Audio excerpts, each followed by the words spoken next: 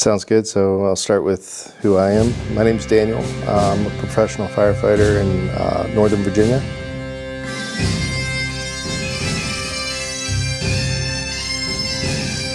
I'm with the local 3756, lieutenant paramedic, currently assigned to suppression piece. I'm also an EMS supervisor. I've been in fire rescue for about 15 years now. In my time, we work shift work, so that means we work a 24-hour shift, and then we have a couple days off. And I always thought I was fine. We supplement it with caffeine. Most people have a severe caffeine or nicotine addiction. And one of the benefits of the job is they do annual physicals. And I started, to kind of give you an idea how impactful the job is on your health, I started at about 180 pounds. And then when I finished my paramedic program, I was about 250 pounds.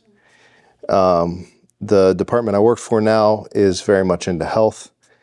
And we went through their academy. That allowed me to drop, down to 190. I felt great. We worked out every day. And my department's one of the few in the country that has a very strong stance on physical health and well-being. Like I mentioned, we also push for annual physicals. They're a requirement per the NFPA. So in one of my annual physicals, I noticed my cholesterol was starting to creep up. And being the nerd I am, I started looking into the pathophysiology of why that was. And that brought me to a potential cause of thyroid or testosterone being low. I really had to push my doctor to get thyroid and testosterone testing because they didn't want to. They said, "You're too young." I was right about 30 years old at the time.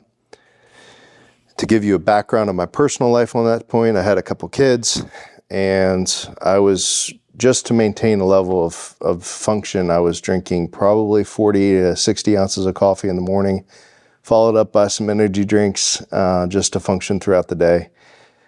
And I would still try and work out. I just didn't really have a drive to work out. The numbers came back. My initial testosterone level was 175. And I was like, well, what does this mean? My doctor said, "Hey, I don't deal with the maintenance of this, so I'm going to refer you to an endocrinologist." I went to the endocrinologist and was pretty rudely dismissed. Like I said, I'm a nerd, so I looked into it more, and I found alternate doctors that weren't really driving their practice off of insurance, and started receiving treatment with testosterone replacement therapy. Some of the immediate things I noticed with the testosterone replacement therapy was just an ability to handle stress and waking up in the morning and being ready to go. Prior to this, I was on CPAP. I was having some pretty severe sleep apnea. I was exhausted all the time. And now I felt like I could wake up in the morning and handle my day. I started noticing small changes, not so much the scale, but more how I felt and how my clothes were feeling, being able to play more with my kids. And it was a really big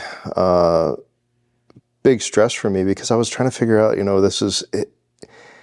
how does this look now? Like, I have to give myself an injection every day, but really the benefits kind of quickly pushed all that aside. There's a definite stigma attached to being on testosterone replacement therapy, especially at a young age. The endocrinologist was all but accusatory that I was doing it because I was trying to be some bodybuilder. I'm obviously still haven't achieved that, and that's not my goal. It's just trying to be healthy. Subsequent physicals, my doctors were really surprised to see my numbers, my cholesterol, everything starting to return to a normal range.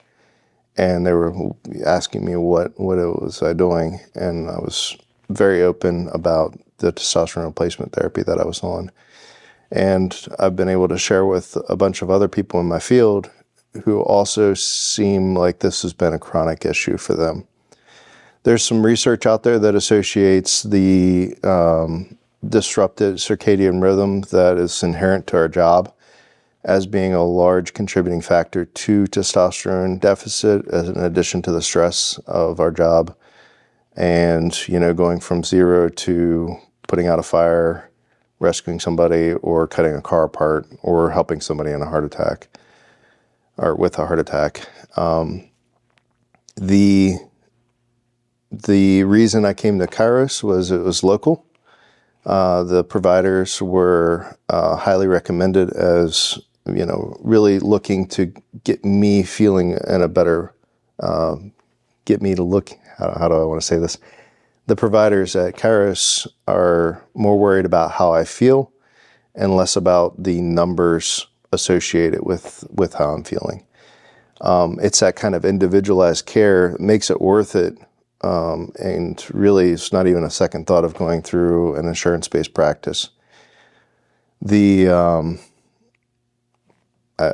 else? What else do you have for me as far as questions? This Kairos,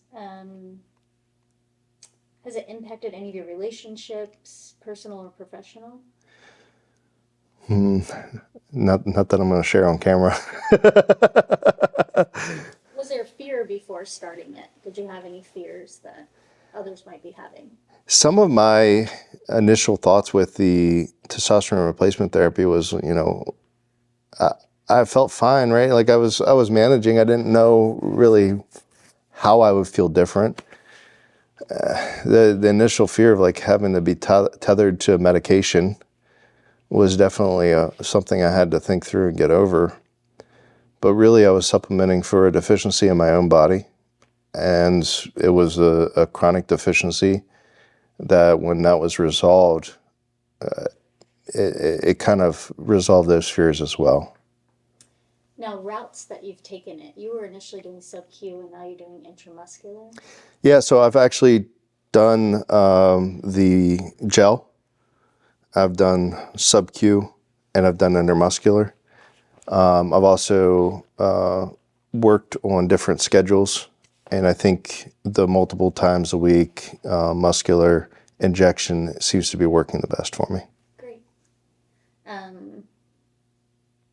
I guess we talked about fitness, body composition. Your unit does full body composition. Have you noticed an actual difference? Yeah, I've had a decrease in my I don't know the right words for it, but my body composition has improved.